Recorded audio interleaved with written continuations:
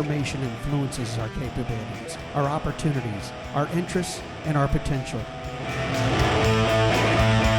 But we are not in control of this information and are influenced by those who control it. Movement is underway to move these controls and influence to the user.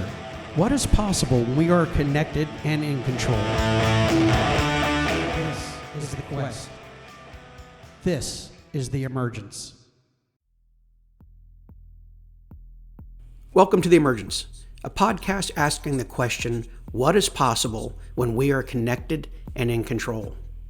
My name is J. Paul Duplantis, and today's episode will focus on the idea of technology helping give voice to the electorate. A concept of direct democracy experimented with for thousands of years, yet never fully realized. What is different today is the technology at our disposal to close the gap between the will of the people and actions from the government. Technology to move influence past reliance on lobbyists, interest groups, and bureaucratic maneuvering. Civic technologies have existed for years to increase civic engagement, but only through a patchwork of applications. In the eyes of the emergence, what is needed is more of a universal framework to securely connect the electorate with what is being drafted in the name of the people. A framework to balance the interests of people, business, and government through the sharing of feedback and ideas from the electorate into systems of governance. One potential framework on the horizon I believe speaks well to this is the SOLID framework, led by the founder of the web, Tim Berners-Lee. In March of 2020, I'd reached out to members of the SOLID team who had drafted a study on engaging the citizenry of Flanders, Belgium with municipal services securely and directly through solid personal online data stores, or what they call solid pods. I asked Raf Buell, who is a co-author of the study, if he believed the technology could be extended to potentially allow citizens to engage with legislation directly, serving as a vehicle for direct democracy. He mentioned in his reply he did feel it was possible, which I'll cover in a moment. It is important to note that at the end of September 2020, the SOLID team announced they are now implementing this technology throughout the city of Flanders to allow the citizenry to engage with municipal services securely through solid pods.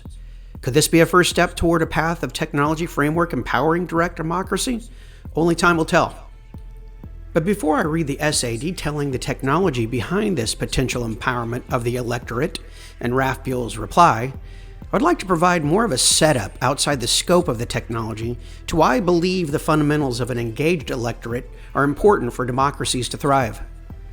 I recently learned of something through a deep dive into the rabbit hole of those critical of the UN's Agenda 21 to promote global sustainability, which I feel might help provide more context. I will stay neutral on my thoughts on Agenda 21, other than the fact I argue for a clean planet and opportunities and justice for all. But I do realize the path to progress can be littered with consequences, whether intended or not.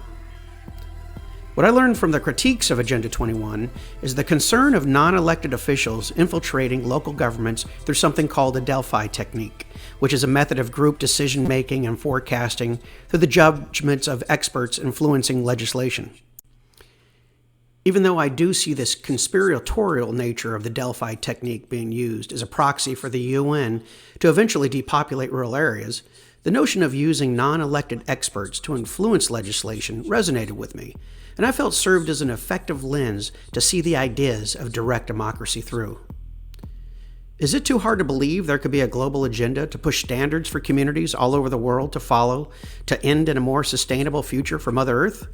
Personally, I don't see this as nefarious by nature, as I wish for a much cleaner planet. But how would these standards impact the labor market, the housing market, and the market in general in our communities, regardless of where we live in the world? Are they in the true interest of the people who live in these communities, or are they in the interest of the politicians, the contractors, and the institutions who have an ideological or financial stake in the success of the programs resulting from the agenda? Or just as important, the same could be said for those fighting the pursuit of sustainability. Do they have the true interest of the people at heart, or are they looking to protect their own business interests over that of the communities that surround them? How would we know when we are not involved?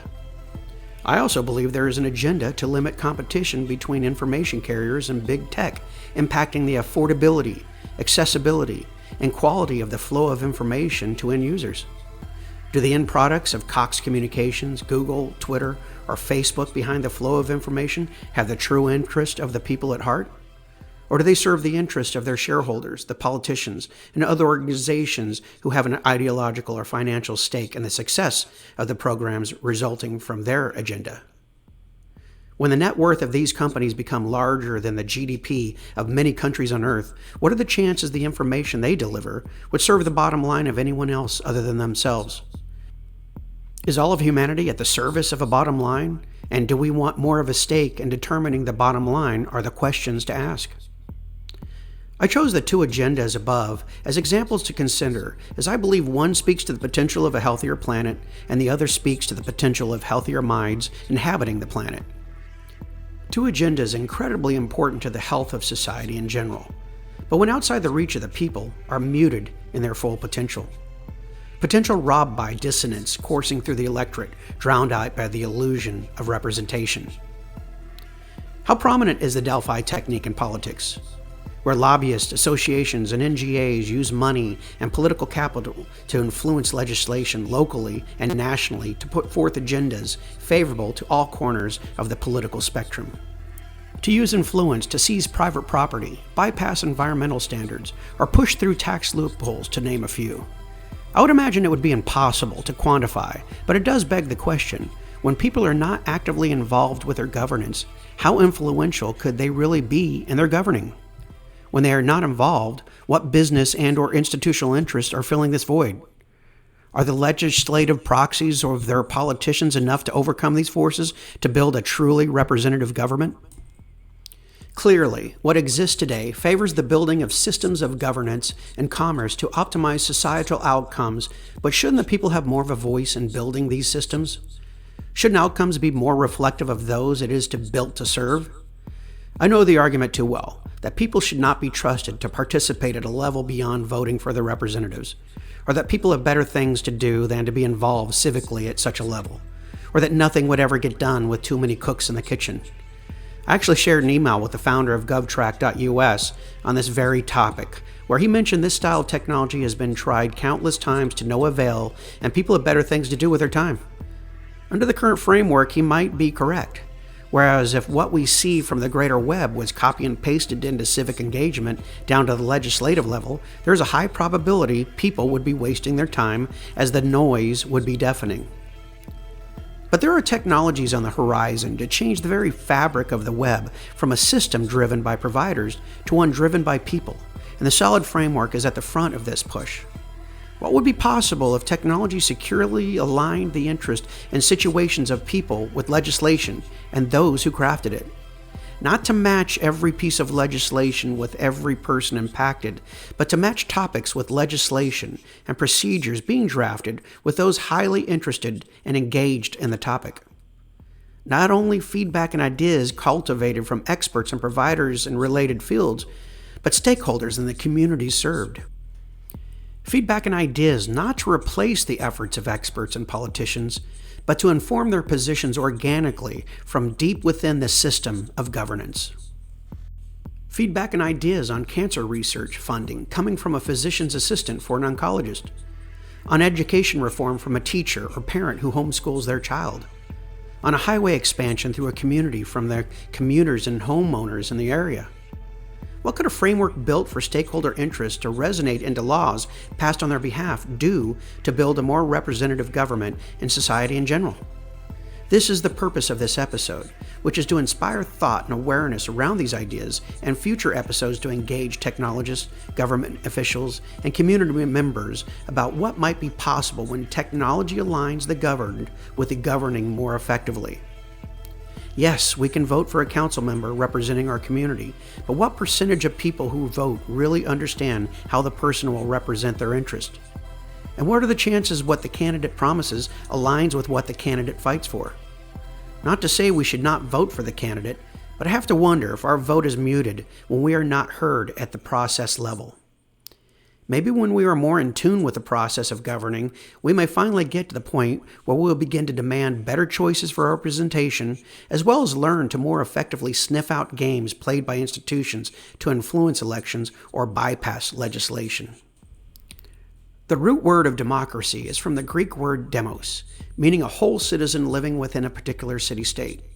Are we anywhere close to being whole in how we are represented? I believe technology reaching deep within the electorate to inform and hold representation accountable could help move us toward a more resonant form of democracy where we are more fully represented. I will finish up with the essay I'd originally written on direct democracy with a reply from Ralph Buell, the co-author of the Solid Framework study. This essay was published on March 6, 2020 on my blog, emergentweb.org. A conversation on solid pods and direct democracy. I recently ran across a study and use case on using personalized online data stores, pods, to help the citizens of Flanders, Belgium, communicate more effectively with their representative government. Having followed the progress of solid pods over the last couple of years and an advocate for decentralizing the web and applications serving the web, I'd reached out to the team to see how their technology may one day allow citizens to securely engage with legislation directly. Direct democracy is not a new concept and has been experimented with since the Athenian democracy in the 5th century BC, but the representative had never had the tool set to engage with the inner workings of government in real time, regardless of their location until now. Yet, even though the technology is currently possible, the network, AI layer, and application layer remain a tool set outside of user control, compromising the relationship between user data and government data. But recently, a major push to decentralize this toolset by companies such as Interrupt with their SolidPod framework and SingularityNet's decentralized AI framework will begin to move controls over to the user. As this becomes a reality, what is possible when these tools are used to provide people a pathway to their government, not only through their representatives, but through the policies and legislation crafted on their behalf? We might be amazed by what may surface from an electorate engaged beyond the promises of their representatives. As there are many flavors of direct democracy, this essay intends to elevate awareness and feedback on legislation as it is drafted. Extending this to the actual vote outside of local levels has the potential to invite a tyranny of the majority to legislate, so there are caveats beyond tech to consider. But what is the downside to bringing more of the electorate into the process of governing, to help see behind the curtain of the cult of personality, to attach their interest to policy ultimately affecting their lives and their communities? Is an evolved electorate healthy for society? How could it not be? As one can see in the email exchange I will read next, the technology and the talent is upon us. Now what do we do with our role in government? Do we participate in it?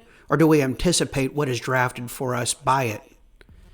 Thomas Jefferson once said, quote, "I know of no safe depository of the ultimate powers of the society but the people themselves.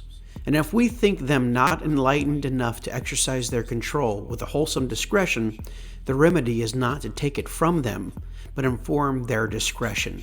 End quote. Which leads me to wonder what the Enlightenment thinkers of today would have rendered with this tool set at their disposal. My email to the team. I'm very interested in this paper you have collaborated on where solid pods are used for government applications. I had written an essay titled Emergent Representation of the People, where I argue for the ability of the electorate to interact directly with legislation as it is drafted.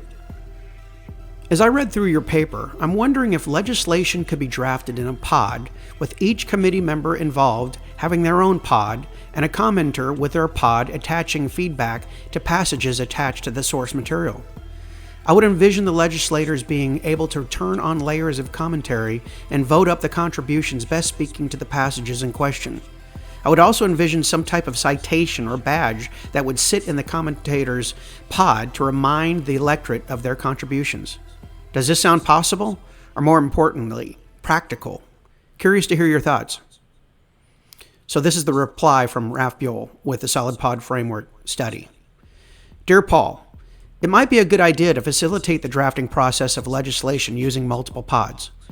In the region of Flanders and Belgium, almost all departments, agencies, and cabinets take part in the preparation of legislation of the Flemish government. But before and during the formal decision-making procedure, many institutions and organizations are involved to give feedback on the proposals for decisions and decrees. The decision-making process in the Flemish government itself usually goes through several formal approval steps. After final approval by the government, decrees go to Parliament. All regulations are translated and published in the Belgian official gazette. Finally, they are integrated into the Codex, which is now available as linked open data and published on the web. The process of requesting and issuing advice, budget verification, related decisions, decrees, laws, guidelines, and coordinated legal text is supported by various specialized information systems. Thanks to better coordination, the exchange between the different actors could be streamlined with less need for manual verifications of versions of documents. By applying a decentralized architecture based on SOLID to the drafting process of legislation, we could raise the transparency of the decision-making process. By applying the principles of linked data, linking the coined semantics to existing vocabularies, legislation would become more harmonized and digital-friendly, which raises legal interoperability. The regional government of Flanders facilitates a more transparent local decision-making process by publishing local council decision as linked open data. This initiative, started in 2015, created an open-source editor, which supports administrations to write and publish linked decisions without additional efforts. A vibrant community of administrations, companies, and academia are involved in the development of the software. Given the opportunity of streamlining the processes of the different stakeholders involved in drafting and reviewing legislation, the opportunity to involve the citizen and the potential increase in provenance and transparency, we think it's valuable to combine the good practices of the linked legislation editor with the strengths of SOLID. And that is the end of the email reply. I've included the link to the SolidPod study in the podcast notes. Thank you for listening to today's episode. I hope to find interesting people to bring on the show in the future to dig deeper into the potential of technology and direct democracy.